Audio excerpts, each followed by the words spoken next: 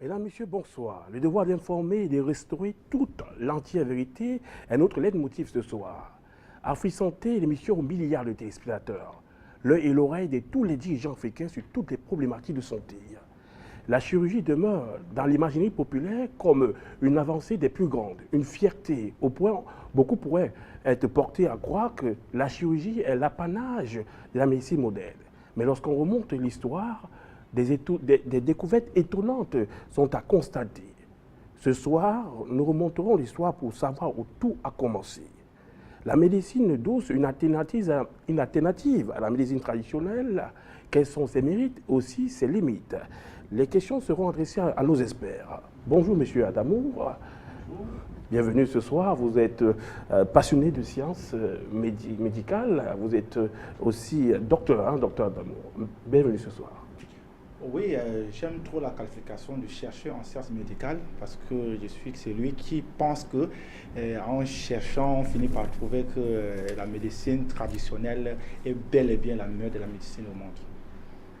Merci. Chercheur en sciences médicales, je reprends pour votre plus grand confort. Vous êtes docteur Adamo, bienvenue sur ce plateau. Le baptême de feu, on espère que les téléspectateurs gagneront de votre savoir. Professeur Emmanuel Lipote, vous êtes là, je ne dirais pas à ses côtés, car vous êtes l'un des pionniers de cette émission, même l'apôtre d'Afrique Santé. Vous êtes l'incarnation d'icône de la naturopathie. Je suis peut-être étonné que vous ayez habillé en marron, mais plus en vert, vous irez mieux. Vous êtes l'incarnation de la naturopathie, comme je viens de le dire. Bonsoir et bienvenue. Oui, bon, merci. C'est la couleur indigo, je veux dire la sagesse. Sauf que moi, je suis pas sage. J'aspire à la sagesse, tout simplement. Bon, merci. Je dis aussi bonsoir à tous les téléspectateurs qui ont choisi Afrique Média, l'Air Télévision, et qui particulièrement s'intéressent à cette émission Afrique Santé. Et je pense que une fois de plus, je suis content d'être invité parmi vous. Bon, parmi vous, parce que toi, tu es là permanemment. Bon, mais c'est pas toi que je vous vois, c'est toute l'équipe. Bon, okay. Donc je remercie vivement de faire partie de cette équipe une fois de plus. Et je pense que je donnerai le meilleur de moi-même pour pouvoir ne pas décevoir. Voilà. Professeur Emmanuel, pour 40 ans d'exercice dans la recherche et dans la trouvaille, ce n'est certainement pas du hasard et on ne peut pas parler de non-sagesse.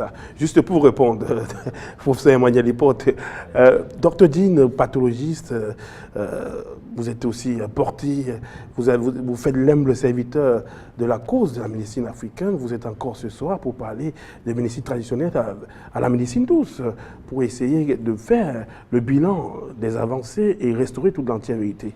Cette vérité qui vous colle à la peau, docteur Dean, Nilo, vous disons encore bonsoir. Bonsoir, c'est pour moi un plaisir d'être encore une fois invité sur ce plateau. Et devant cette guerre entre la médecine moderne et la médecine traditionnelle, les flèches sont aiguisées de part en part, mais entre ces flèches aiguisées, les cartouches et je dirais même les missiles, il n'y a que la vérité, reste le soleil qui brûle. Ce qui est digne d'être brûlé et éclairé, ce qui est digne d'être éclairé. Poétique ou proverbe, ça s'entend de l'autre côté pour les milliards de téléspectateurs.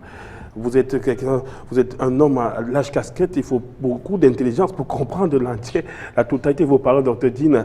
Ce soir, on vous sert l'humble serviteur, et qui dit serviteur dit aussi le français facile, hein, comme d'aucuns le mentionnent.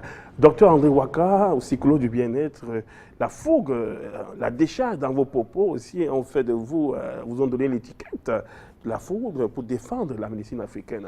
Ce soir, nous comptons sur vous pour donner de la voix, afin de dire, restaurer l'entière vérité concernant le début, la source de la chirurgie, qui reste au demeure aujourd'hui un acte réservé à la médecine moderne, docteur André Waka. Bonsoir Ulrich. Bonsoir l'Afrique et bonsoir le monde. Merci, Dr. André Waka. Professeur Emmanuel Lipote, je reviens à vous avant de commencer l'élément. Pourquoi la chirurgie reste évidemment dans l'imaginaire populaire comme un acte strictement réservé à la médecine moderne. D'aucuns même fait la différence entre la médecine africaine ou médecine traditionnelle et la chirurgie, comme s'il s'agissait d'une différence absolue, parce qu'on parle de chirurgie, la médecine africaine ne peut pas opérer.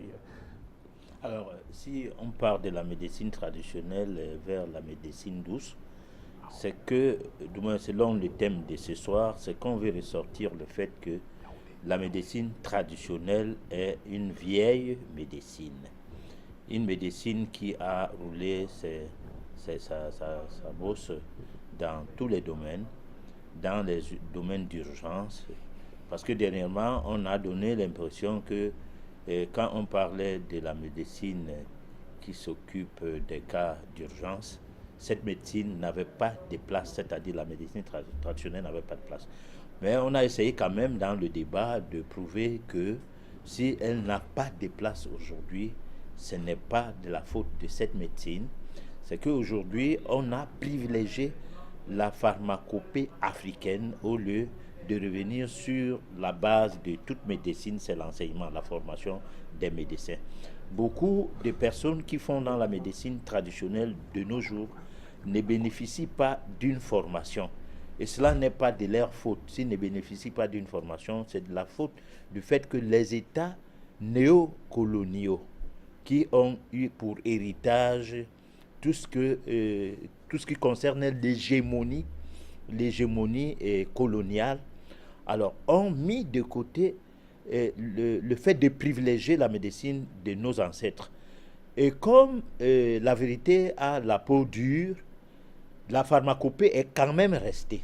Parce que, en fait, on ne pourra pas enlever dans la tête des gens les possibilités d'utiliser des éléments qui, hier, ont marché. Après avoir observé combien ça a marché, aujourd'hui, on continue à les utiliser, mais sauf qu'il n'y a pas de formation. Alors, les éléments qui sont donc tels que la chirurgie ancienne en Afrique prouvent que c'est de l'Afrique que tout naît. Parce que la chose la plus compliquée qu'on aurait dû constater en médecine, c'est la chirurgie. Mais si les Africains faisaient déjà chirurgie, s'il y avait déjà la chirurgie en Afrique, ça veut dire qu'il y avait tout de complexe. Et si on sait que c'est grâce à l'Afrique que la médecine occidentale a pu exister, on comprend bien que les autres imitent l'Afrique et essayent de faire pour ce peu qu'ils peuvent de quoi chercher le gombo, c'est-à-dire de quoi chercher de l'argent, donc industrialiser donc les concepts venus d'ailleurs. Et dans l'industrialisation, on artificialise la médecine. Et tout ce qui est artificiel perd de sa valeur sur l'être humain. Parce que nous ne sortons pas des usines. Nous sortons de la nature. Nous sommes les produits de la nature. Voilà. Merci, professeur Emmanuel Lipote. Lorsque vous parlez de la chirurgie en Afrique, je peux deviner, sans être voyant, que de nombreux de nos téléspectateurs se demandent mais comment on va donner ce témoignage en image, une preuve en image de l'existence même de la chirurgie en Afrique, la source de la chirurgie moderne aujourd'hui en image. Regardons ensemble. Green hairy leaves are used as swabs. These leaves are poisonous if taken internally, but considered to have great healing power.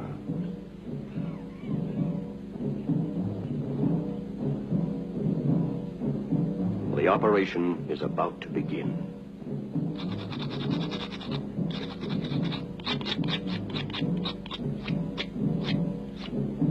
The universe holds its breath at the audacity of man.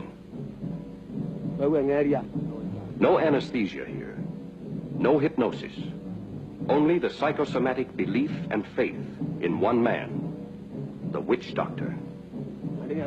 Opening of the cranial cavity is the most delicate of operations. Modern surgical requirements are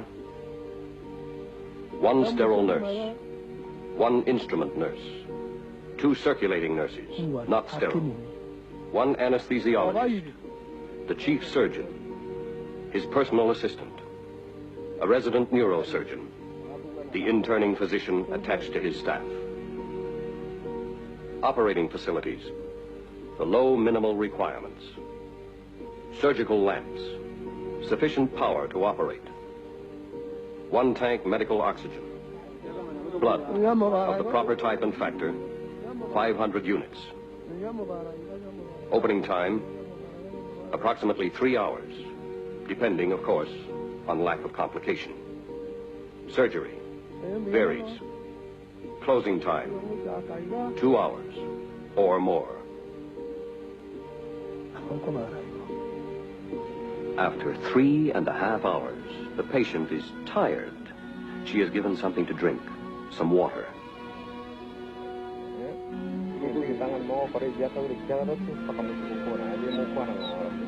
The witch doctor and his assistants take time out to wet their mouths with beer. They are as casual as their patient, all evidently sharing the same complete confidence in the skill of the witch doctor.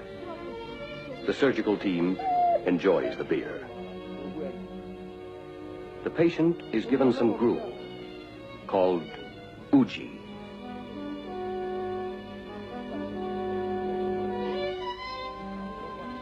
Obediently, the patient resumes her position for the continuation of surgery.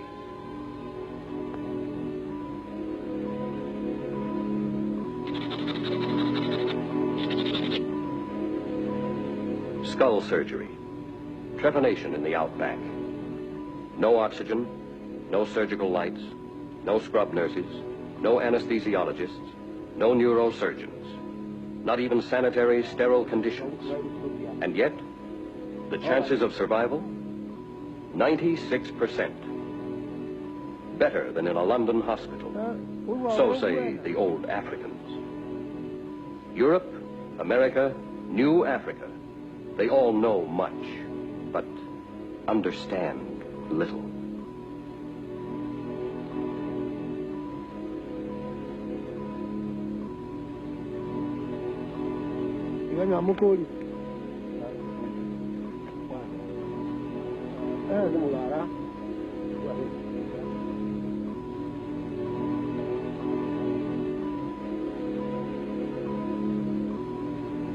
Southwise.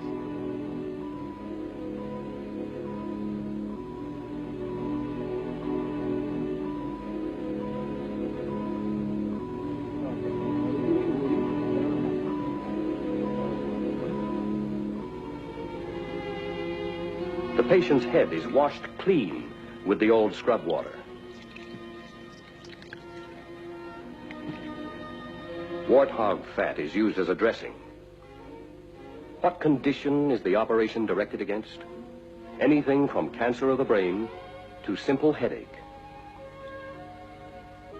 Strips of banana leaves are used to bind the wound shut. No stitches here.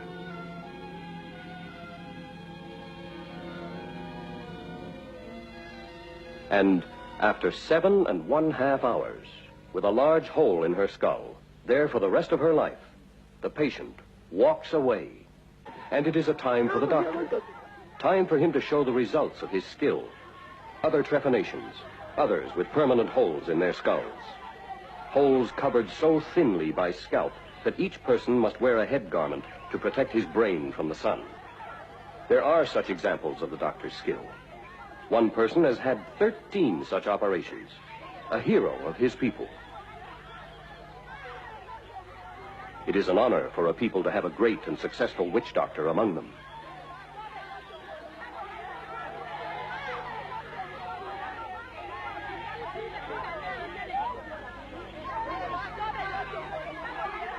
A witch doctor's power over his people and their blind faith are all a part of life and death in the old Africa.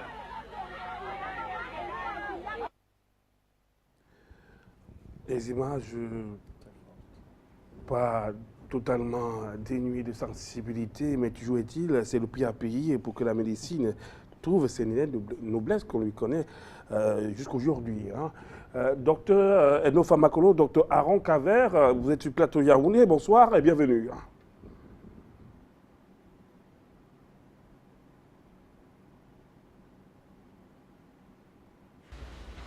Bonsoir Ulrich, bonsoir à tous les panélistes qui sont à vos côtés au niveau du studio central Je salue tous les peuples autochtones du monde, surtout les Pygmées, les Mbororo et les Maasai, que je félicite de tout mon cœur parce que aujourd'hui on nous parle de la chirurgie. Je pense que ce n'est pas un phénomène nouveau pour l'Afrique en fait. Le phénomène nouveau, c'est peut-être pour les autres, dans les autres continents, parce que j'ai même été moi-même dans une zone où j'ai rencontré un chirurgien qui a vécu vers les années 700 quelque chose, 700 quelque chose, et que son nom c'était Ntomokong. Donc, il faisait la chirurgie, et j'ai rencontré sa fille qui avait 100 ans à l'époque, il y a peut-être pratiquement 10 ans. Donc, c'est quelque chose, c'est pas phénoménal pour les Africains. La chirurgie, c'est même, le cœur de la chirurgie, c'est même ici en Afrique. Donc, encore bonsoir pour vous tous au plateau central, et je pense que merci beaucoup d'être invité encore au ce débat en Africain. Merci. Merci, docteur Ankavé. Hein. Vous êtes témoin aussi de l'histoire. Hein. Komokon, hein. Il faut rentrer dans l'histoire pour connaître vraiment de quoi il était capable. Docteur Dean, voilà, cancer du cerveau, hein, opération, il n'est pas le seul. On ne peut pas de cobaye parce que ce n'est pas un essai, c'est une opération véritable, vu qu'ils sont 3 à être opérés. Et le succès, puisqu'on n'a pas enregistré de mort, ben, on se pose la question, mais je me mets à la place du corps blanc, c'est aberrant cette manière de procéder pour avoir des résultats aussi probants. Oui, c'est aberrant quand on accepte d'être formaté par les mauvais formateurs, c'est-à-dire ceux-là qui veulent bien choisir les croûtes que de choisir la banane. Façon de parler pour ceux qui peuvent lire les images entre les lèvres. Je dis, vous voyez, je veux d'abord préciser que la vidéo commence par présenter l'essentiel, mais c'est 3 personnes qui ont été opérées ce jour-là. Ils venaient de contrées lointaines parce que le travail de ce technicien que nous voyons là ce praticien, était reconnu dans toute l'Afrique, franchement. Et il a formé beaucoup de personnes seulement après avoir pris de bonnes vidéos pour faire une belle étude. Ils ont caché ces vidéos. Et c'est de l'Allemagne que quelqu'un sort de sa vidéothèque ceci. Et il semble même que ces chirurgiens avaient été massacrés. Et on ne trouve plus leurs traces, et c'est encore les Allemands qui nous envoient une vidéo. C'est juste pour dire que la médecine ancestrale a toujours existé avec une grandeur qui presque sans pareil, même si aujourd'hui on veut niquer nos cervelles, comme je dis toujours, avec les salles blanchies et des petits gadgets qui font des petits bruits pour embrouiller les gens, et le véritable on ne voit pas. Mais je dis bien, regardez, c'est de la chirurgie sans anesthésie. Et le patient reste conscient jusqu'à ce qu'on atteigne son cerveau. Vous pouvez bien regarder l'image pour ceux qui regardent. Tout se passe à main nue. On n'a pas besoin de plateau technique. Le grand mot des paresseux bien formatés pour raconter des histoires. Lorsque quelqu'un ne peut pas danser, il accuse sa culotte. Quand on reproche aux gens de ne pas se mettre en valeur et de ne pas respecter le serment qu'ils ont prêté, ils disent qu'ils n'ont pas de plateau technique. Voilà un plateau technique dans le champ. Et tout récemment, vous avez vu que le plateau technique des singes, soyant leurs congénères, avec une médecine vraiment efficace lorsqu'il faut entrer dans des analyses profondes. Voilà le cancer du cerveau qui est traité en Afrique, qui fut traité en Afrique, autant pour moi, et qui peut être traité encore aujourd'hui si on donne à ces gens de revenir. Regardez là où ils sont, les coupeurs de feu, ceux-là qui traitent les grands brûlés. On les rencontre au nord. Ils sont capables de placer juste une goutte de liquide sur votre peau et vous êtes témoin de la cicatrisation. Mais ils sont obligés de se cacher sous la pression des mêmes gens qui ont persécuté le Congolais dont nous avons passé la vidéo ici un jour quand il est venu nous montrer ses travaux sur la TBCA qui détruit toutes les souches de palu. Et ça a énervé les firmes pharmaceutiques. Toujours eux, avec les hommes liches qui sont leurs combines, malheureusement, nos frères. Alors, docteur, il n'y a pas de neurochirurgien, il n'y a pas d'anesthésiste, il n'y a pas de scalpel. Il prend quelque chose qui semble comme un coupant. C'est étonnant. Nous revenons à la médecine holistique. Bon, celle qui est appelée holistique aujourd'hui parce que c'est prendre quelqu'un tel qu'il est dans sa globalité. C'est le capitalisme qui a voulu que le corps humain soit un gâteau pour spécialistes. C'est-à-dire l'ophtalmologue a le gâteau œil, L'Orel a le gâteau oreille, le stomaticien. Rien qu'ici, on a le stomaticien, on a le dentiste, on a l'entérologue, on a tout ce que vous voulez avoir. Il manque seulement les chevologues, mais j'ai appris qu'il y a des spécialistes qui étudient les cheveux et bientôt on aura les chevologues et les poilologues. Tout ça, ce sont des conneries pour perdre le temps, mieux distraire et écarter les gens du véritable. C'est-à-dire ne jamais sortir l'homme de son contexte général lorsqu'on veut l'aider. C'est-à-dire de son environnement, bref, de son univers lorsqu'on veut l'aider. Mais il gagne beaucoup en nous sortant de notre univers. Il nous distrait, il crée une bonne distraction et il nous donne d'être des suivistes idiots. Parce que j'appelle ça le suivisme idiot. Quand quelqu'un a une infection, par exemple intestinale, et il a des céphalées, on lui donne un paracétamol pour arrêter la douleur. Alors que le problème se situe au niveau de l'intestin. Juste pour essayer d'imager ce qui se passe.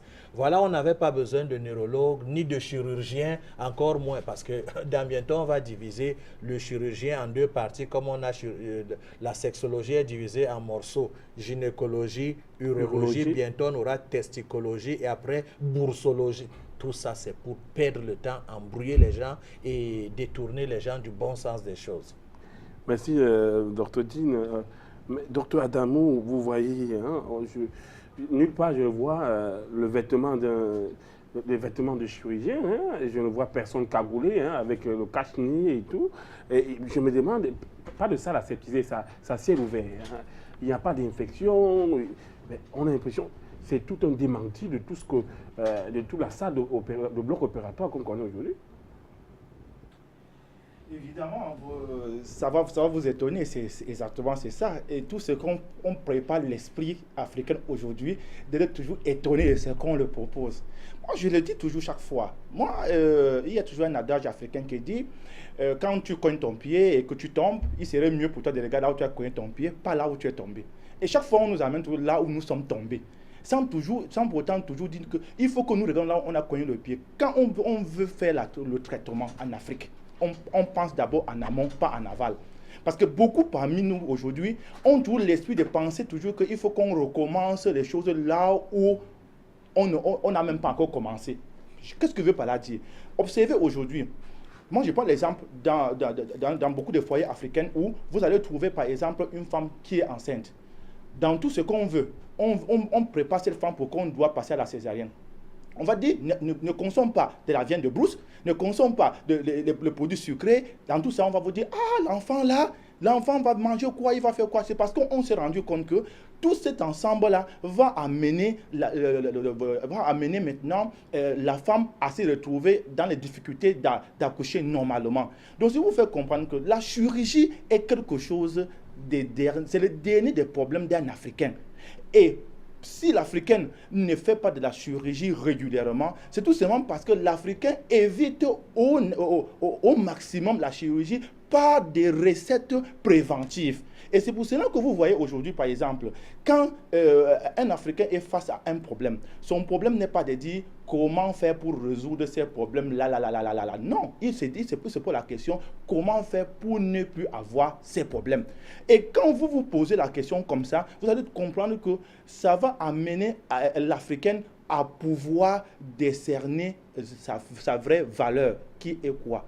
Mettre la valeur sur la médecine traditionnelle. Donc, ce qui veut dire que avec la chirurgie que vous venez de voir, ce n'est pas de la magie. Je vais vous dire, peut-être, ça va vous étonner, je suis issu d'un tribu au Cameroun, qui est un tribu qui a mené la guerre. Je vais vous dire, le tribu Bamoun au Cameroun, ça a mené la guerre. Et je vais vous dire que j'ai trouvé beaucoup des archives dans le royaume Bamoun qui ont beaucoup prouvé que il y avait, pendant les guerres, il y avait des blessés, il y avait ceux qui s'est cassés, il y a même, je ne dis pas qu'il y avait, il y a des écorces que vous venez de vous blesser immédiatement. On vous dépose cette écorce sur votre blessure, je vous donne 24 heures, cette blessure c'est ferme, sans douleur et sans saignement. Alors, et il faut regarder aussi la magie et la chimie de la chose. C'est-à-dire on opère et la personne est consciente.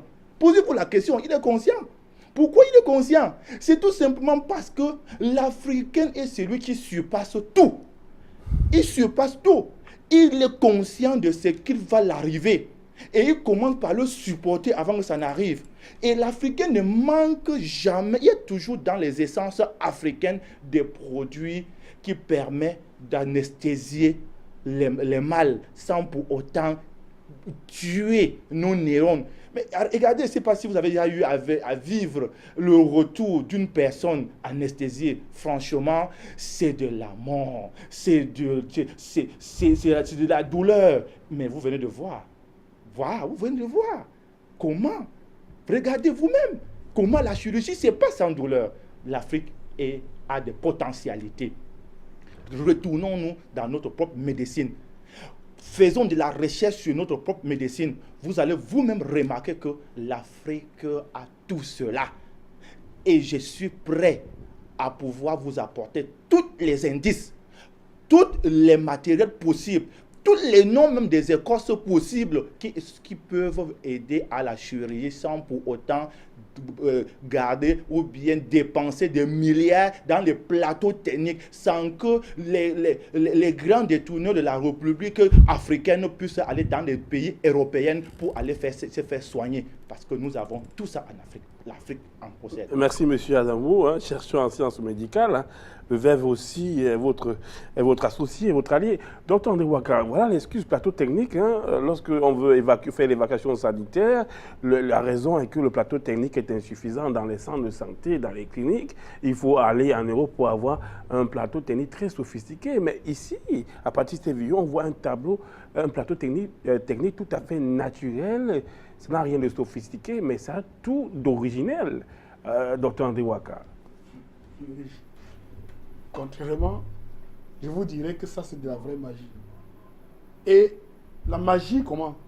C'est que les Blancs nous ont fait croire que tout ce qui relève qu'ils n'arrivent pas à comprendre, il faut taxer le nom de magie là-dessus. Et nous avons adopté. Ça, c'est de la magie, et de la véritable magie.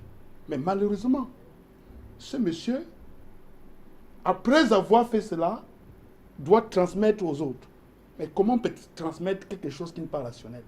Cela suppose que c'est de la haute science. Et la science n'est pas simplement basée sur d'aller cueillir une plante pour venir donner à un malade. Elle est basée au départ sur la préparation, être en accord avec la nature. Ils entrent en accord, en concentration avec la nature avant d'approcher ce malade. Et même ce qu'il a en main là, ce n'est pas du couteau, c'est du caillou taillé. Parce que le caillou étant une charge négative, doit être en harmonie avec ce qu'il est en train de faire. Vous ne pouvez pas couper la tête de quelqu'un avec fendre le corps de quelqu'un avec le couteau.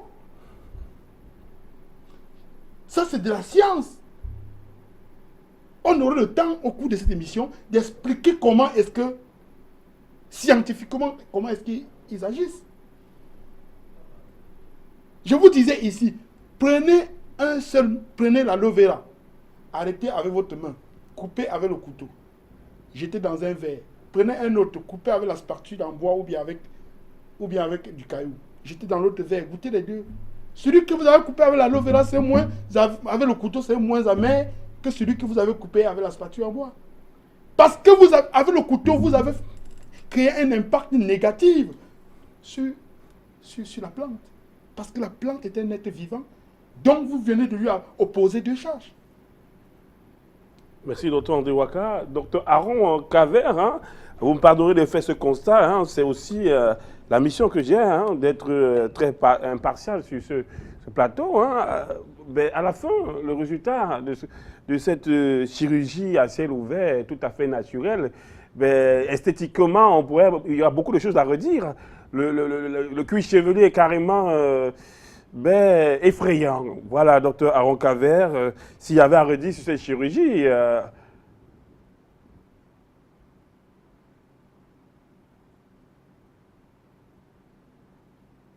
Merci Urish. Je pense que, comme je disais dans mon propos préliminaire, la médecine de tradition africaine, c'est la mère des médecines, en fait. Donc, nous avons parlé ici quelques moments auparavant par rapport aux problèmes des problèmes mentaux et tout. il fallait vraiment voir comment le ventre était le deuxième cerveau, etc., etc., que les Blancs venaient juste de découvrir, alors que nos ancêtres le connaissaient déjà depuis la nuit des temps. Donc, je pense, comme je disais dans mon propos préliminaire, en fait, la chirurgie, c'est-à-dire toutes les grandes sciences, en réalité, viennent de l'Afrique. Et nous devons en être fiers. Parce qu'en tant qu'Africains, nous devons savoir que tout part d'ici. Vous allez dans les pyramides égyptiennes, tout est dessiné, même les sports. Quand on nous dit aujourd'hui qu'on n'a pas la glace ici, on n'a pas l'hiver là, ces sports sont dessinés au niveau des pyramides. Donc l'Afrique, c'est la mère vraiment de l'humanité. Cette science, en réalité, qu'est-ce que ça devrait vraiment nous apporter? Je pense que les Africains doivent être en mesure d'arrêter toutes les critiques. Oh, il n'y a pas de plateau technique ici. Comme je disais tantôt, le monsieur que je n'ai pas pu rencontrer, peu à son âme, mais j'ai rencontré cette grand-mère qui m'a même montré l'antibiotique que son père utilisait après l'opération, vers les années 1800 ou 1700. Pour comprendre qu'en réalité, l'Afrique, c'est un génie. Parce qu'il y a des choses qu'on fait de manière plus simple. Ce n'est pas pour rien que dans l'encyclopédie des plantes médicinales, il y a une dame auteure italienne qui a écrit dans les années 70, il y a les savants américains qui venaient prendre les connaissances au niveau qu'ils appelaient sorciers africains, des maladies tropicales qui n'arrivaient pas à soigner et qui revenaient toujours. Or, ici, ça s'est soigné de manière très simple, avec les feuilles, les écorces, les racines, etc. Mais pour dire que comment est-ce qu'aujourd'hui on nous a détourné de ça? Je pense que les Africains doivent comprendre que nous ne devons pas quitter nos racines. Pourquoi? Parce que c'est, comme le disait le docteur Glidden, il disait que les peuples qui se nourrissent et qui se soignent avec le fruit de leur environnement, ces peuples ont une espérance de vie assez longue. Et je prends l'exemple de ma grand-mère qui est morte à 118 ans. Elle n'a jamais été vaccinée. Elle n'est jamais partie à l'hôpital. Elle n'a jamais été hospitalisée avant qu'elle ne meure. Donc, pour dire que si les Africains veulent comprendre que l'espérance de vie revient à l'Afrique, qu'ils n'arrivent pas à aller emprunter les choses ailleurs, et même s'il faut aller, il faut sélectionner ce qu'il faut emprunter. Parce que toutes ces choses qu'on voit, ce n'est pas tout simplement ce qui brille qui est l'or. Nous devons comprendre que nous avons la responsabilité de prendre ce qui est mieux pour nous et ajouter dans ce que nous avons d'habitude pour utiliser pour que la science avance. Parce que nous avons des méthodes et nous avons les résultats. Et nous ne sommes pas là pour essayer d'entretenir les maladies en essayant seulement en soignant les symptômes. Mais nous sommes là pour soigner les causes. C'est pour ça que la médecine de tradition, c'est la mère de médecine. Elle y est, elle y a été et elle restera. Merci, Dr Aron, pour cette déclaration. On prend un premier appelant, M. Abouba du Cameroun. Bonsoir et bienvenue à Afrique Santé. Nous parlons de la médecine traditionnelle à la médecine douce. Point d'intégration, la grosse question demeure la source, où se cache la source de la médecine moderne.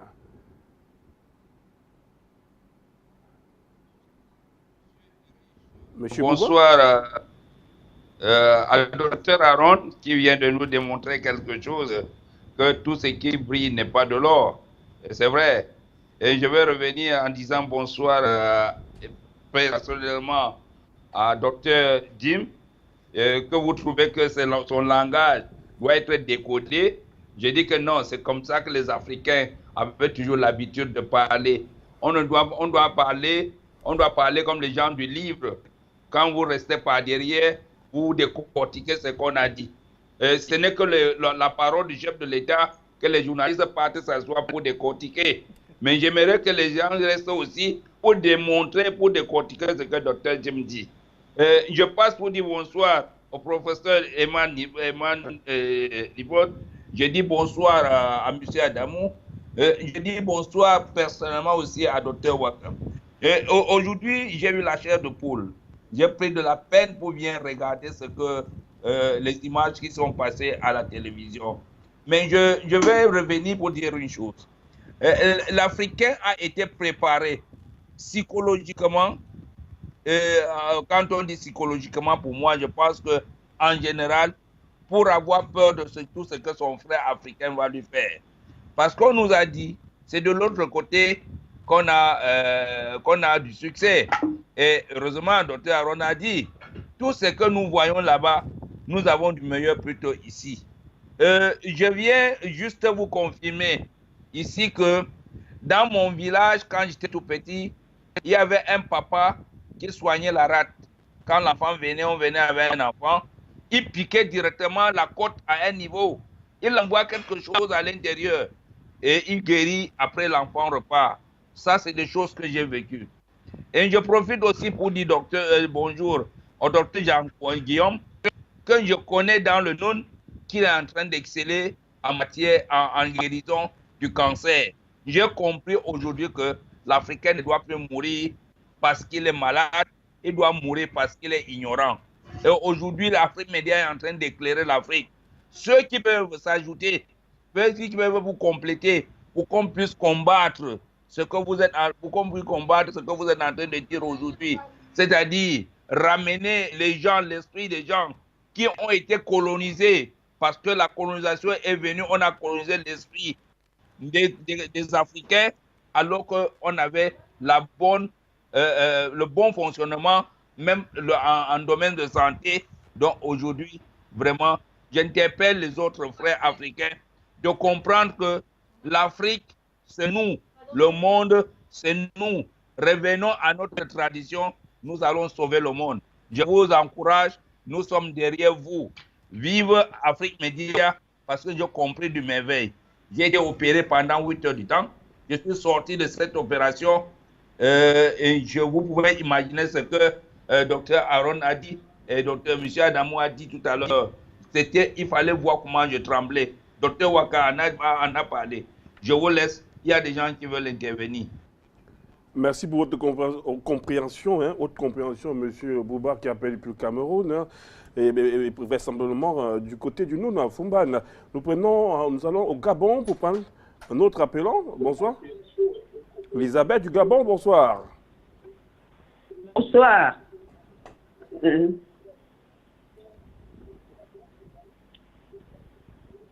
Bonsoir, c'est Madame Benga. Bonsoir, Madame Benga. Nous faisons la démonstration ce soir que la médecine est un art.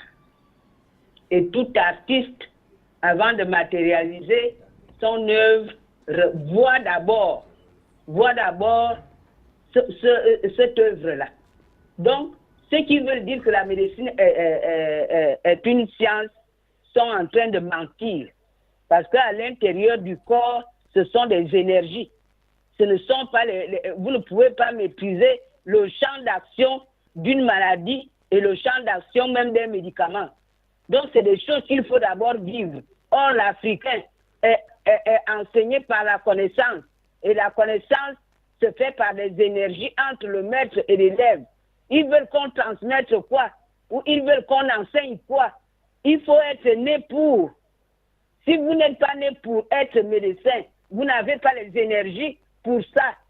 Hein? Donc, qu'on nous laisse avec le langage cartésien qui n'est que plein d'incertitudes et qui amène les gens à la mort. C'est ce que je devais dire ce soir. Et félicitations. Rien n'est perdu. Merci, Madame Benga qui appelle du Gabon. Rien n'est perdu. Tout est à réveiller ou bien à restaurer. On va le dire restaurer ici. Car ce sont les choses qui ont toujours existé en Afrique, mais qui est mis à la table du monde par l'équipe, les experts Afrique Santé. Professeur Emmanuel Lipote, on est toujours dans la chirurgie. Aujourd'hui, qu'est-ce qu'un gouvernant, un dirigeant d'une nation pourrait avoir comme information aux sorties de ce visionnage? Alors, les gouvernants doivent constater qu'il y a du chemin à faire. C'est que les autres ailleurs en Europe, on a baptisé retour aux sources. Il faut aujourd'hui un retour aux sources. Parce que c'est ce qui a entraîné le nudisme. Les Blancs se sont mis à se mettre nus et à faire des campements où ils sont carrément nus. Et dans le nudisme, il y a eu ce qu'on a appelé le naturisme, parce que le naturalisme, c'est les amoureux de la nature, mais le naturisme, c'est de la pratique pure et dure, basée sur le respect des lois de la nature. Donc vous ne mettez pas des habits, vous ne prenez pas des boissons sucrées sous prétexte que c'est des jus, sans que cela ne soit des jus. Vous ne mangez pas des nourritures qui ne sont pas bio et vous abandonnez vos richesses de la ville. On en a comme ça des groupes aux États-Unis, on a des groupes comme ça en Allemagne, on a des groupes pareils en France. Et c'est des gens qui avaient beaucoup d'argent parce que certains d'entre eux, leurs pères étaient des esclavagistes, donc ils avaient eu beaucoup d'argent, mais qui, à un moment donné, pour faire le mea culpa. Ils ont abandonné cette richesse au profit des aumônes ou bien des aumôniers ou bien de l'État. Et même, par moment, donner ça à des familles pauvres. Alors, donc, aujourd'hui, nous essayons de planter le décor dans les idées des gouvernants à travers cette émission, sous cette formule, pour qu'ils comprennent. Parce que prenons par exemple un ministre de la Santé d'un pays qui fait campagne de la vaccination tous les 2 mois pour l'homélyte. Ça devient comme une tasse de café qu'il fait boire à sa population. Et lui, il n'a aucun laboratoire dans son pays qui fait dans la toxicité des vaccins. Et ne cherchez pas à comprendre qu'ailleurs, on n'a jamais fait dans la toxicité des vaccins, qui n'est jamais prouvé que le vaccin n'est pas toxique. Parce qu'on refuse même de faire des recherches de toxicité sur le vaccin. Bon, maintenant, quand tu as donc des personnes qui sont dans l'ignorance, pas des malhonnêtes, mais sont restés dans l'ignorance, et qui sont nos gouvernants, il faut quand même que, avec leur accord, puisque nous ne parlons pas sans leur accord, c'est aussi ça, qu'ils nous donnent l'occasion de réfléchir à leur place, et nous le faisons bien. Nous ne critiquons pas les médecins, c'est le système. Nous relatons les faits sont têtus, parce que nous faisons dans la communication, même si nous ne sommes pas des journalistes, nous sommes par ricochet des communicateurs, parce que nous venons là pour relater les faits. Nous utilisons des vidéos qui sont basées sur des faits têtus. Et là, à travers ces faits têtus, le ministère qui nous suit ou qui a entendu parler de Afrique Santé doit commencer à faire attention, tous les ministres africains, sur le fait de nous approcher, ne serait-ce que par les canaux de leurs conseillers, pour qu'ils comprennent que ce que nous sommes en train de faire, c'est pour la population africaine. Ce n'est pas du va-en-guerre contre un système hégémonique néocolonial, non. Même si c'est le néocolonialisme qui règne à maître parce que les bourreaux sont devenus nos dirigeants, mais à l'intérêt des Camerounais, des Sénégalais, de tous les Africains, des Gabonais, des Congolais, des Ivoiriens, qui sont appelés à rester lorsque nous, on ne sera plus là, c'est-à-dire la société à venir. Nous sommes en train de planter le décor. Je crois que les gens doivent le comprendre. Et c'est pour cela qu'on va réveiller, par exemple, les démons qui sont tels que la chirurgie ancienne africaine, qui est restée dans les annales de l'histoire de l'art médical. Peut-être je pourrais dire les anges, puisque c'est un début positif. Nous prenons Sango qui appelle du Cameroun. Le Standard du côté Cameroun bat son plein ce soir. Monsieur Sango, bonsoir et bienvenue à Afrique Santé. Monsieur Sango. Merci, bonsoir. Merci, bonsoir. Je voulais intervenir sur l'émission concernant la médecine traditionnelle.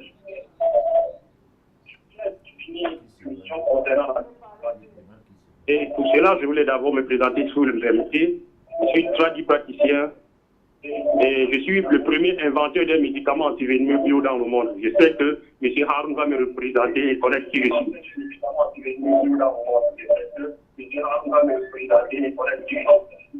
La médecine traditionnelle, l'être humain en réalité dépend de la nature.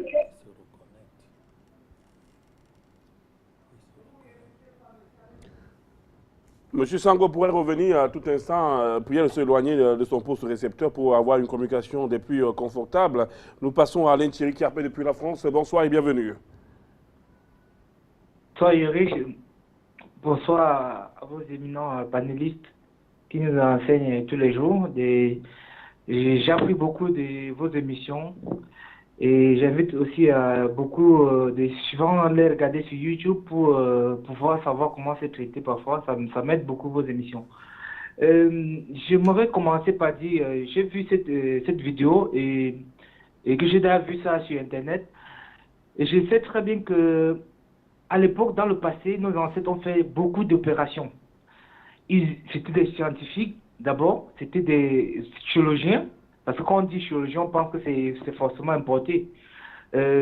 je veux parler d'un ancêtre qui était vraiment à la base de cette technique, donc qui lui aussi a hérité de ses ancêtres, Imhotep, qu'on appelle Imhotep, que les Occidentaux appellent Imhotep. Son nom c'est Imhotep. Cet Africain-là, il a vécu bien longtemps avant. C'est lui qui a conçu la première pyramide de Saqqara. Et vous savez, il faisait la chirurgie, il faisait la médecine. Quand nous connaissons le caducée et tout ça, ça vient d'Afrique. Donc le symbole de la pharmacie, du traitement, c'est les Africains qui l'ont inventé. Donc vous dites ceci que nos ancêtres étaient des scientifiques. Parce que c'est quoi la science? Je pense que la science, c'est la capacité, comme disaient nos ancêtres, la capacité d'observation dans la nature. Pour comprendre les phénomènes qui existent dans la nature. Donc si nous voulons nous traiter, parfois il faut observer, comprendre. Donc parce qu'on pense que la science n'est qu'une discipline scientifique qu'on apprend à l'université, non. Donc tout homme qui veut comprendre son environnement, il fait ce qu'on appelle la science. Donc nos ancêtres, c'est l'expérience des milliers d'années. Parce que l'homo sapiens sapiens africain existe, ça fait 300 000 ans. Donc il a passé pendant 300 000 ans à observer la nature et à comprendre les phénomènes de la nature, comprendre comment il faut se traiter, comprendre comment on peut se traiter avec des trucs traditionnels, ça veut dire que naturels. Et parce que j'ai suivi une dame appelée pour dire que notre tradition, c'est important. Il faut comprendre, parce que certains nous disent que la modernité ou bien la médecine moderne. La médecine moderne tire ses sources de l'Afrique. Et c'est quoi la modernité? La modernité, c'est la chaîne ininterrompue de tous les savoirs. Ça veut dire que c'est des savoirs que nos ancêtres ont initiés, que les autres ont copiés. Mais ils ont oublié une partie qu'on appelle l'axiologie. Ça veut dire que le fait que nos ancêtres avaient de l'amour pour ce travail et qu'ils avaient la fraternité, ce qu'on appelle, vraiment, je ne trouve même pas de mots pour expliquer cela. Mais ils ont abandonné cette partie, ils sont allés... Merci Alain Thierry, en nous retenant l'essence de vos propos, à donner à César ce qu'il y a à César et reconnaître que tout part de l'Afrique et que nos ancêtres avaient le privilège et quand même cette autorité d'avoir la science pour pouvoir, jusqu'à ce qu'on l'importe de l'autre côté à l'Occident. Docteur Dean, avant de passer à un autre volet de cette émission, il y a bien des savoirs, on le dit bien. Docteur Adamou a parlé d'une écorce qui guérit d'une plaie de manière peut-être pas instantanée, mais le même jour, la plaie se referme. Il y a les accoucheurs traditionnels qui n'utilisent pas la césarienne. Mais une fois, j'ai eu à rencontrer ces médecins accoucheurs traditionnels, là, je les invite au plateau. Il y a plus nombreux sont ceux qui ont dit, mais vous nous protégez comment? Vous allez nous exposer et après, et ce qui va s'en suivre, vous ne pourrez pas contrôler et on va perdre notre gagne-pain, on sera persécuté et peut-être pourchassé, mais même mis en prison. Aujourd'hui, qu'est-ce qui est fait pour les protéger, ces gens-là, afin que tout le savoir africain refasse surface? Comme je disais la semaine passée, Afrique Santé va aller au-delà d'un programme d'1h30 pour discuter sur des sujets ou bien sur des thèmes particuliers, mais va faire un peu au-delà d'une émission, un peu comme aujourd'hui, on apprend que dans certains pays, assurances et banques sont en train de s'unir. C'est une innovation, d'accord. Mais une émission aussi peut devenir ou je dirais le fer de lance, ou bien même la réalisation de quelque chose qui est endormi, ou la résurrection de quelque chose digne d'être ressuscité. Voilà, donc je dis, nous sommes en train de mettre en batterie, nous sommes en train de mettre en marche, autant pour moi, toutes les batteries possibles pour protéger désormais ces gens. Et nous avons la chance d'avoir des avocats à notre cause, beaucoup de panafricanistes, ils appellent tous les jours pour présenter notre soutien et nous demandons aux gens de sortir de l'obscurité. Il y a des dentistes qui m'ont appelé par exemple la semaine passée pour dire que l'ordre des dentistes continue à les traquer parce qu'ils viennent avec des remèdes naturels pour traiter les dents. Donc on place le remède dans la bouche Oui, oui. Non, le remède décide. C'est en relation avec le corps. Si la dent est foutue, c'est-à-dire plus traversée par les racines, on pousse avec la langue. Et sans douleur, elle est partie. Mais si on pousse avec la langue, elle ne quitte pas, c'est qu'elle est récupérable. Mais ils sont persécutés par l'ordre des dentistes. Au lieu que les dentistes formés essayent de s'associer pour avancer vers le bien-être des humains, ils sont maltraités. C'est la même chose que les accoucheurs. Il y en a pêle-mêle, j'en ai rencontré au Gabon, un peu partout, qui font des accouchements naturels. Lorsqu'il y a difficulté, ils sont capables de projeter même la douleur. Je sais que mes frères qui sont tapis dans les églises vont me tirer dessus, mais je connais des gens qui, devant la fatigue de la femme, projettent sa douleur et sa difficulté sur un animal. L'animal encaisse et elle est libérée. Bon, c'est de la sorcellerie, dira-t-on, mais je ne veux pas de polémique là-dessus. Seulement, la vérité est que il faut faire sortir tous ces gens qui sont cachés. Il est inadmissible qu'ils continuent à partir. En tuant les chirurgiens, ils ont cru qu'ils avaient tout détruit, hein, la connaissance de la médecine réelle africaine. Mais c'est encore de chez eux que sortent les vidéos cachées. Alors nous voulons profiter pour dire aux gens qui étaient cachés avant de ne plus se cacher. Désormais, écoutez, même si les gouvernements ne sont pas très en faveur avec des bonnes initiatives à cause des pressions allant du fait que nous ne sommes pas encore indépendants, le peuple est plus grand que la dictature des gens qui sont indignement placés là. Il faut le savoir. Et l'heure, je crois, est arrivée pour que nous mettions en marche tout ce qui est nécessaire pour que l'Afrique se réveille by force.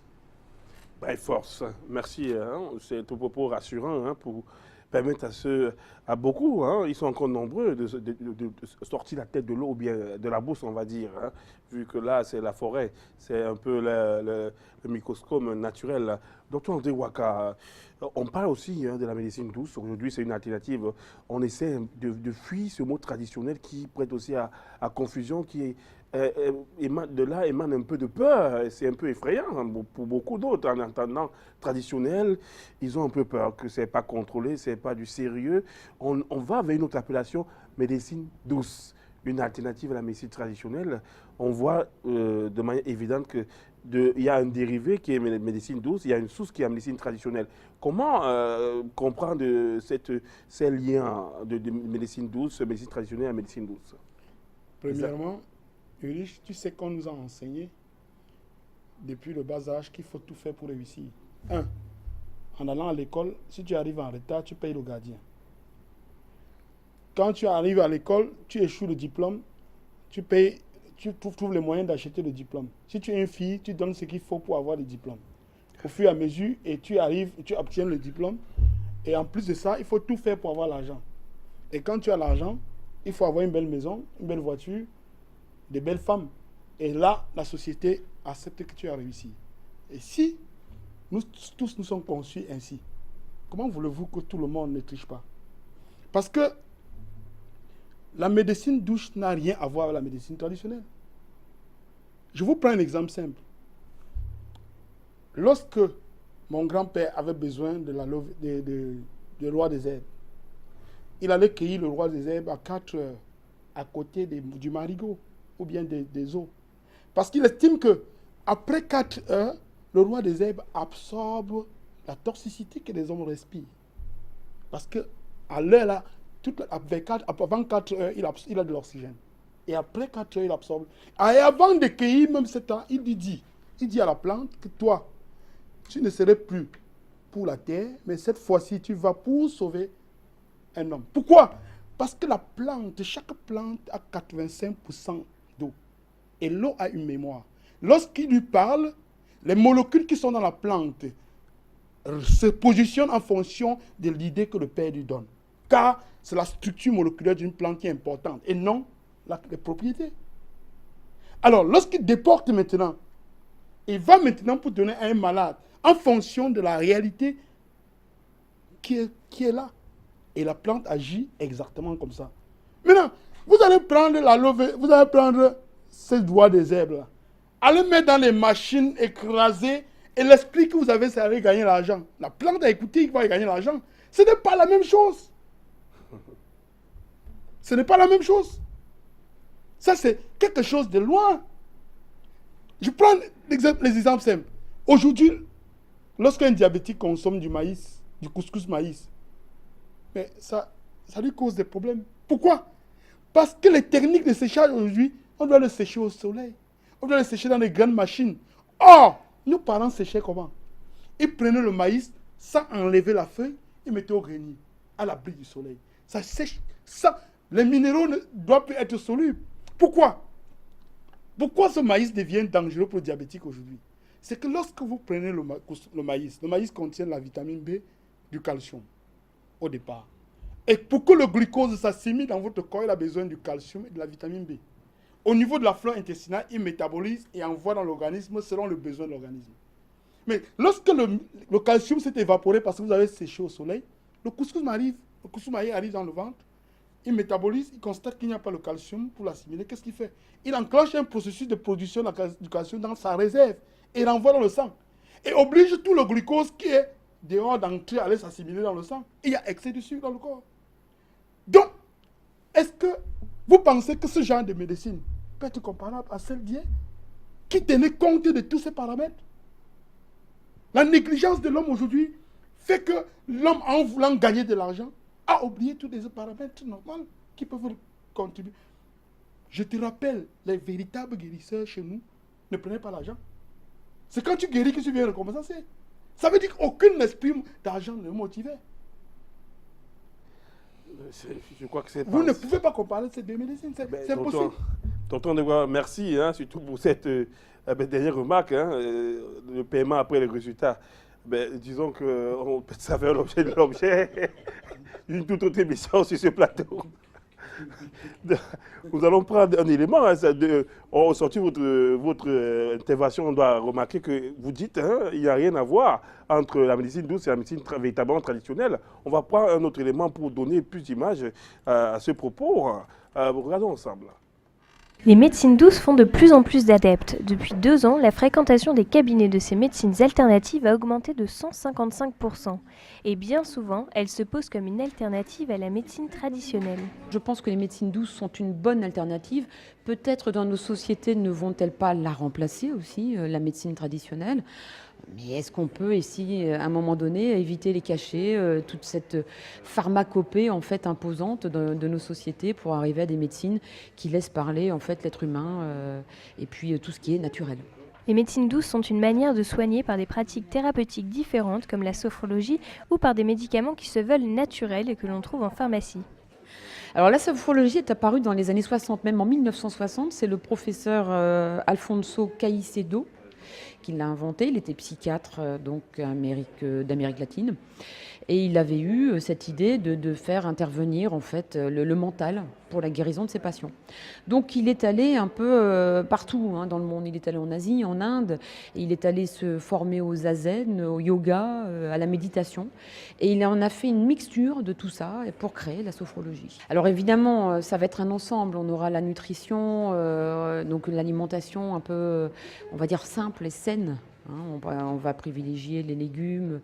Comment on appelle ça, les légumineuses par exemple. On va faire attention à toutes les matières grasses, le sucre, enfin tous ces aliments qui parfois bloquent notre organisme.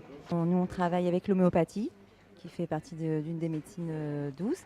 Ensuite on a l'aromathérapie aussi et l'apithérapie. L'apithérapie c'est un peu la gelée royale. Pour autant, ces méthodes ne peuvent pas se substituer à la médecine traditionnelle. Elles s'utilisent souvent en complément des prescriptions données par les médecins. Bon, par exemple, si je délivre des antibiotiques, je vais leur délivrer des probiotiques parce que forcément les antibiotiques ça décape, ça fait pas la différence entre les bons et mauvais microbes. Donc on va proposer du Restore ou de l'ultra-levure. Est-ce que la médecine douce peut être une aide à la médecine classique, peut-être pour soigner des choses que la médecine même ne pourrait pas soigner, mais en soi je pense que c'est juste une aide, un support supplémentaire sans pour autant que ce soit de la médecine. Moi j'ai un avis, pour moi c'est pas vraiment de la médecine. Je pense que on se base plus sur le psychisme, on va dire, du patient qu'on va être amené à traiter. Ses croyances, son niveau intellectuel. Moi, je suis d'origine camerounaise, donc en Afrique, je sais que voilà, la médecine douce, comme vous dites, ou sorcellerie, ça existe et les gens y croient. moi, je n'y crois pas du tout. La plupart des médecines douces ne sont pas reconnues en France. On considère souvent qu'elles ont un effet placebo et agissent sur le psychique plus que sur le physique. Si les avis divergent, le choix reste celui du patient. Nous avons écouté les derniers propos d'un médecin camerounais à la peau blanche ou bien alors d'un pharmacien à la peau noire, un pharmacien blanc à la peau noire. Les avis, nous recueillons les avis sur ce plateau. Je ne voudrais pas sauter son origine, ce n'est pas important sur ce plateau. Nous donnons la parole à M. Sekou qui nous appelle depuis le Canada. Bonsoir. Bonsoir. Merci à tous ces vaillants docteurs qui nous écoutent et que j'écoute avec plaisir. J'aimerais juste, j'ai une petite question pour vous. Est-ce que y a-t-il un moyen pour soigner, un moyen naturel de la médecine traditionnelle pour soigner le goitre, sans chirurgie? Merci, M. Sekou. Votre question trouvera son évidence dans quelques secondes. Existe-t-il un moyen naturel sans chirurgie de soigner le goitre, Dr Dean? Oui. Tout simplement oui. Tout simplement oui. Professeur Emmanuel Lipote? Le goitre n'est pas d'hier et ils ont toujours été soignés par plusieurs méthodes. On a fait disparaître le goitre à plusieurs personnes par plusieurs méthodes, dont 8 tout court, comme je disais tantôt. Un autre son de cloche qui n'est pas encore discordant, Dr Adamou, existe-t-il une possibilité de soigner le goitre sans chirurgie de manière tout à fait naturelle? Exactement, très bien même, puisque quand nous on grandissait déjà, on savait très bien que quand on est en face du papayer, et que tel qu'ils sont accrochés, on s'est dit, on est en face du goitre, et à base du papayer, on peut, c'est-à-dire que les feuilles du papayer, on peut alors soigner ces goitres, ça c'est clair. La nature montre ces choses, vous pouvez observer la nature, vous allez comprendre que chaque nature montre sa maladie et sa guérison. Vous avez une ébauche, les feuilles de papayer. Vous, si vous en voulez plus, vous prenez les contacts au bas qui apparaissent au bas de l'écran lors de l'intervention d'un de nos experts pour avoir d'amples explications. Docteur Aaron Cavert, existe-t-il un lien entre la médecine douce et la médecine traditionnelle? Vous avez constaté comme moi, au sorti de ce visionnage et de ce reportage, que on ne connaît pas une réelle efficacité. On parle de médecine d'appui, médecine faite de placebo, plus psychique que physique, donc un peu un effet Coé. Ceux qui guérissent, ce sont uniquement ceux qui y croient et non démontrés scientifiquement, le docteur Aaron Cavert.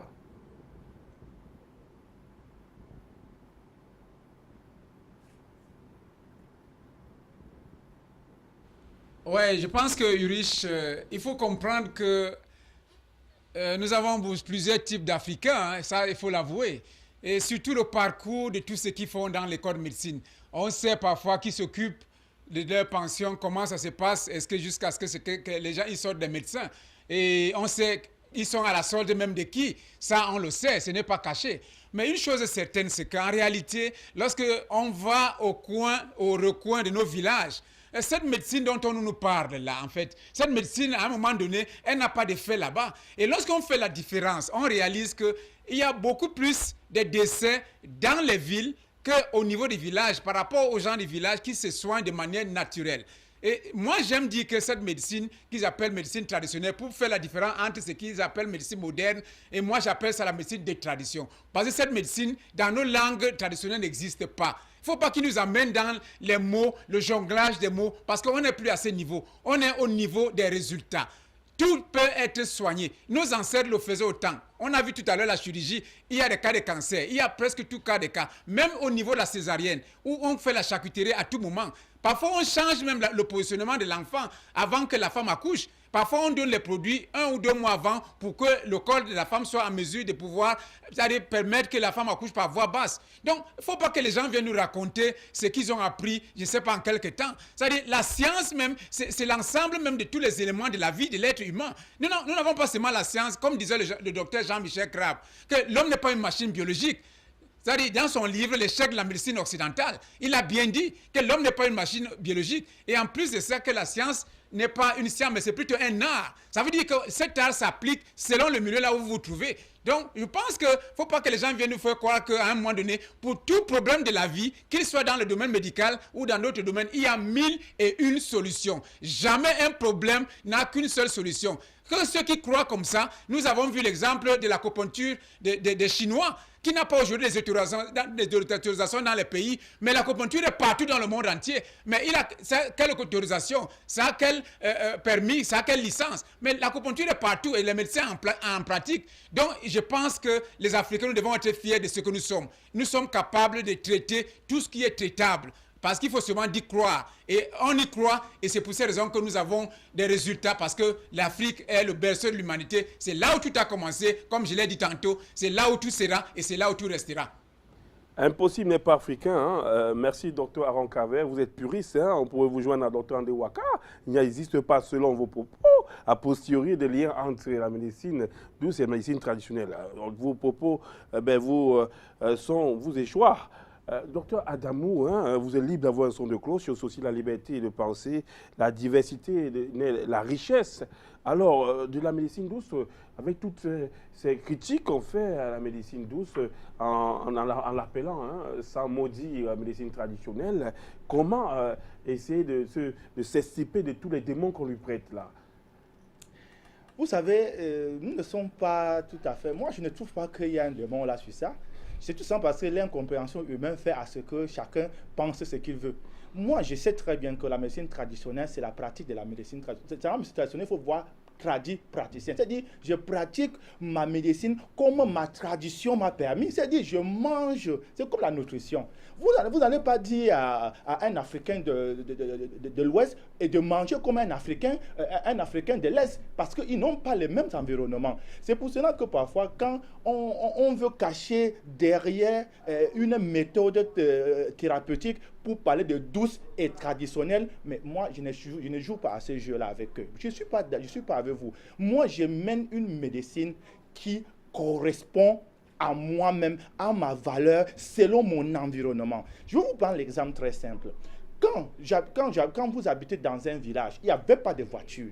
Il n'y avait pas.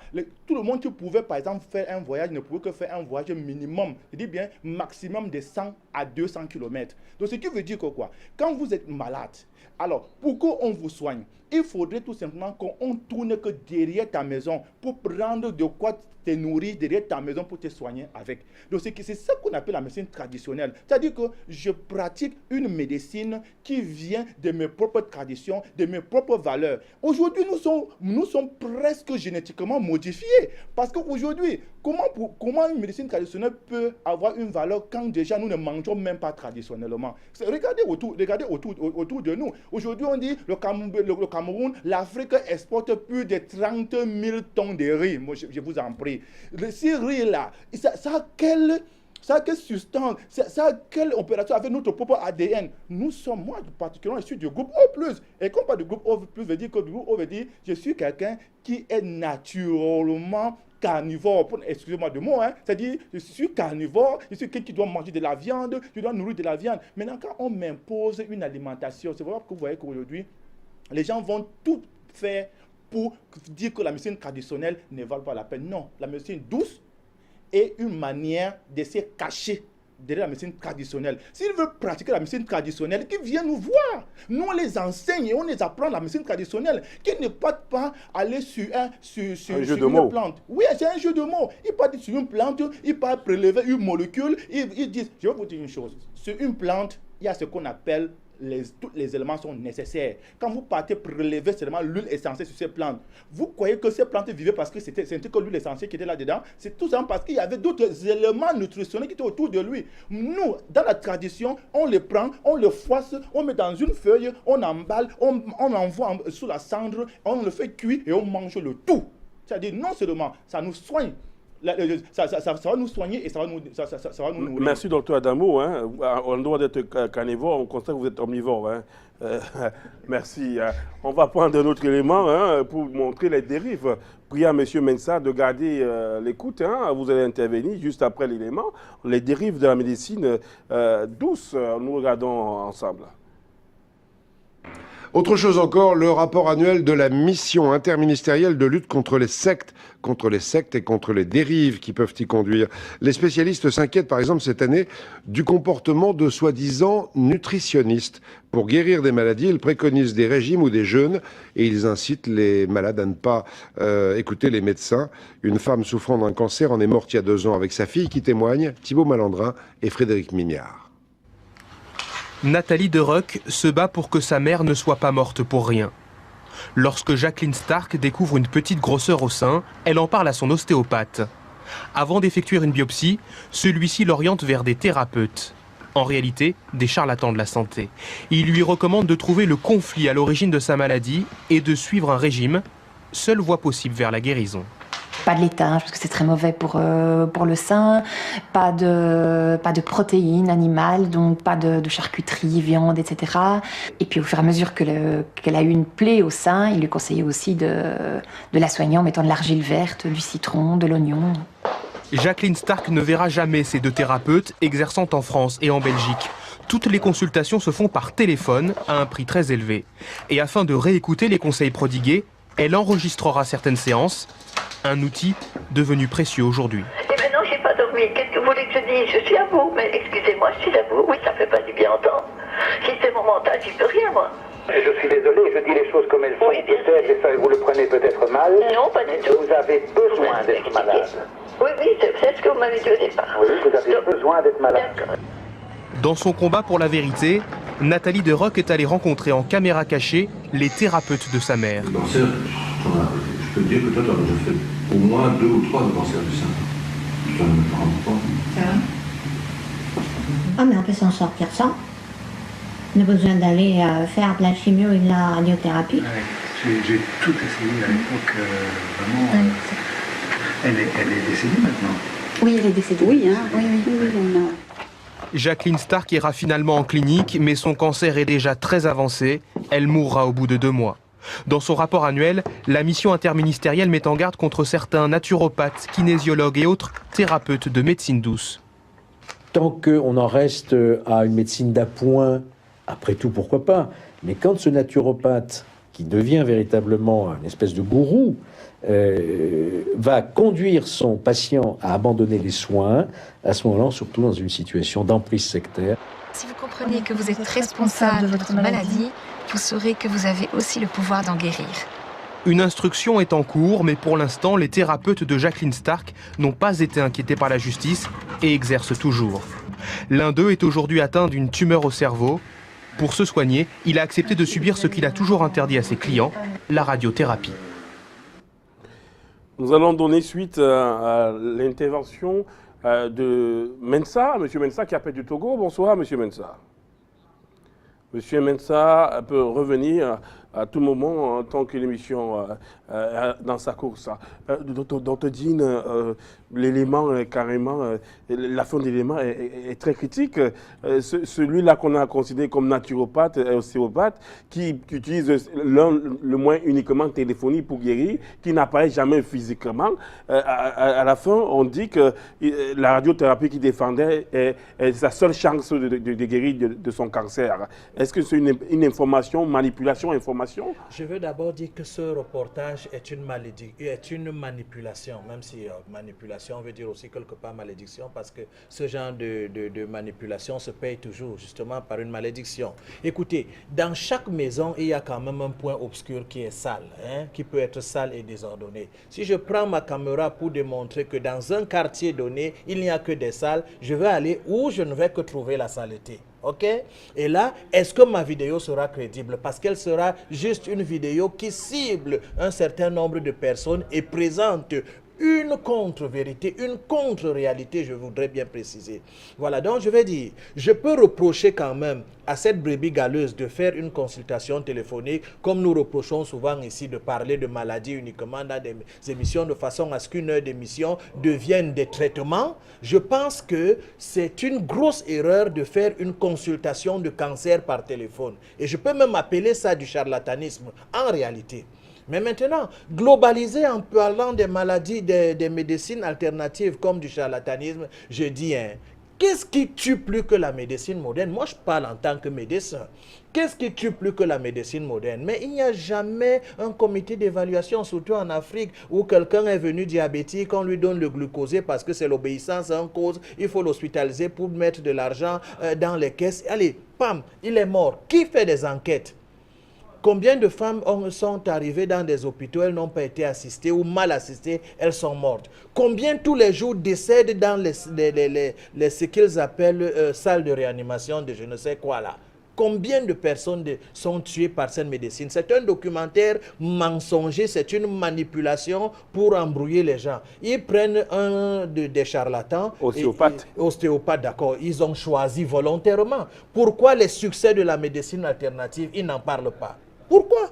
Pourquoi? C'est de la manipulation pure et simple. Je peux reconnaître que un appel téléphonique n'est pas suffisant ou bien une émission n'est pas un centre de consultation, une occasion de consulter les patients. Non, il faut s'approcher toujours des patients. Ça s'applique partout. Qui ment bien vient de loin. Ça peut aussi s'appliquer en médecine.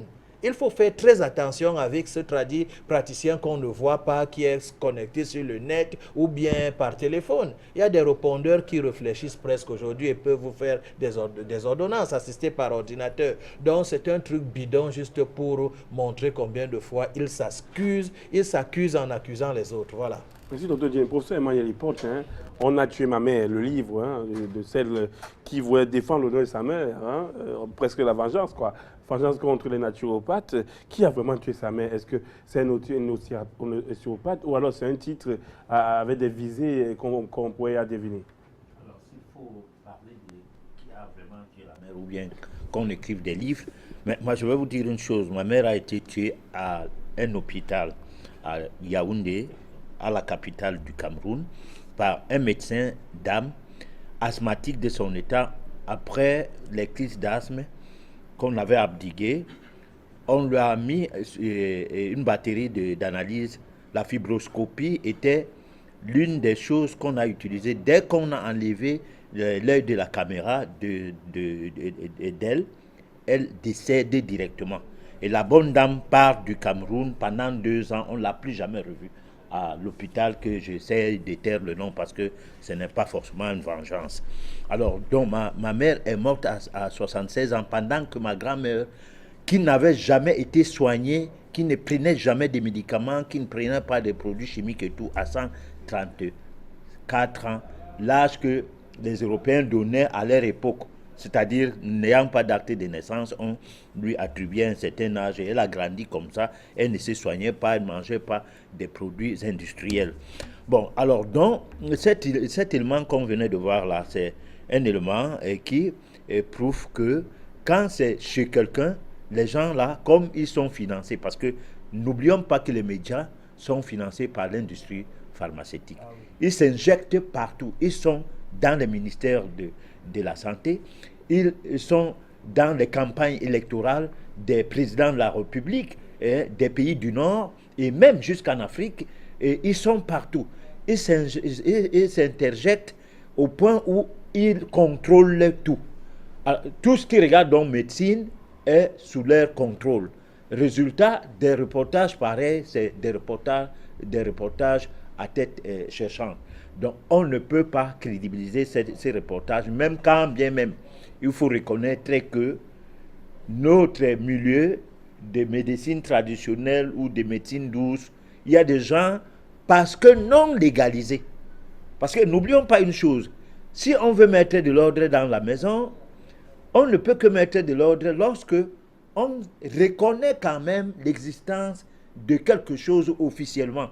C'est là que les brebis galeuses vont se mettre un peu à l'écart, petit à petit, parce que ceux qui sont sérieux vont gagner plus à organiser la chose. C'est pour cette raison que nous avons les difficultés dans le monde entier, pas seulement en Afrique, d'avoir peu de brebis galeuses ici et là. Merci professeur Emmanuel Porte, la dame qui a édité le livre Qui a tué ma mère, version occidentale. Vous pouvez aussi commettre cet ouvrage Qui a tué ma mère. Je le ferai bien, puisque je connais le nom et l'hôpital. Nous allons commettre aussi un reportage, on va lui envoyer avec, de manière indiquée, Qui a tué ma mère aussi en Afrique. Heureusement, vous avez déjà la réponse. Et vous réservez de donner en image. Parce que vous n'avez pas la vengeance. Et c'est aussi une valeur africaine. Docteur André Ouaka, le temps nous presse à la gorge. On est carrément à la sortie de cette émission. Un dernier mot. Ce que je peux dire, Yuri, c'est que imaginez un instant qu'il n'y a plus de lait à côté de vous. De lait? Oui, de l'oxygène autour de vous. Ok. Vous allez tomber. Parce que rien que le simple fait d'imaginer qu'il n'y a pas de lait autour de vous vous oblige à ne plus avoir de lait. Parce que toute manifestation psychologique a un impact physique. Alors, vous devez comprendre que la valeur de toutes les maladies est fonction de celle que nous-mêmes nous la donnons. Parce que si le cancer prend autant de pouvoir aujourd'hui, c'est le pouvoir que le monde entier, que la médecine moderne a donné à cette maladie, car le cancer n'est rien. Maintenant, comment voulez-vous qu'un homme soigne? Vous soignez un monsieur en France sans jamais le voir, qui est convaincu de ce qu'on lui a dit du cancer. Vous savez bien que dans la peur, simplement, dans le stress, il produit des acidités qui favorisent le cancer. Donc, celui-là qui le soigne sans travailler son état d'esprit, il a très peu de chances de soigner ce malade. Mais les Africains, je vais dire une chose. Vous l'avez dit, il y a beaucoup de choses à dire. Il y a encore d'autres émissions de Ouaka. Je vous rassure, on restera sur la seule chose que vous avez dit pour cette fin d'émission. Merci, docteur Aaron Cavell, docteur André Ouaka, docteur Dean Lilo, professeur Emmanuel Porte, docteur Adamo, chercheur en sciences médicales. Merci d'avoir honoré ce plateau par vos interventions. Merci aux milliards de téléspectateurs. Merci à l'expertise jeune, mais déjà, on va encore dire à Plérissologie, experte, l'équipe technique. À vous, chers téléspectateurs, milliards que vous êtes, je vous dis à la prochaine émission de la médecine traditionnelle, la médecine douce. Vous avez pu apprécier les étapes du progrès, mais reste-t-il que la médecine traditionnelle ne peut s'assimiler à la médecine douce. Le purisme est de rigueur, car la médecine traditionnelle est une naissance, alors que la médecine douce est un dérivé. D'ici là, portez-vous bien. Au revoir. La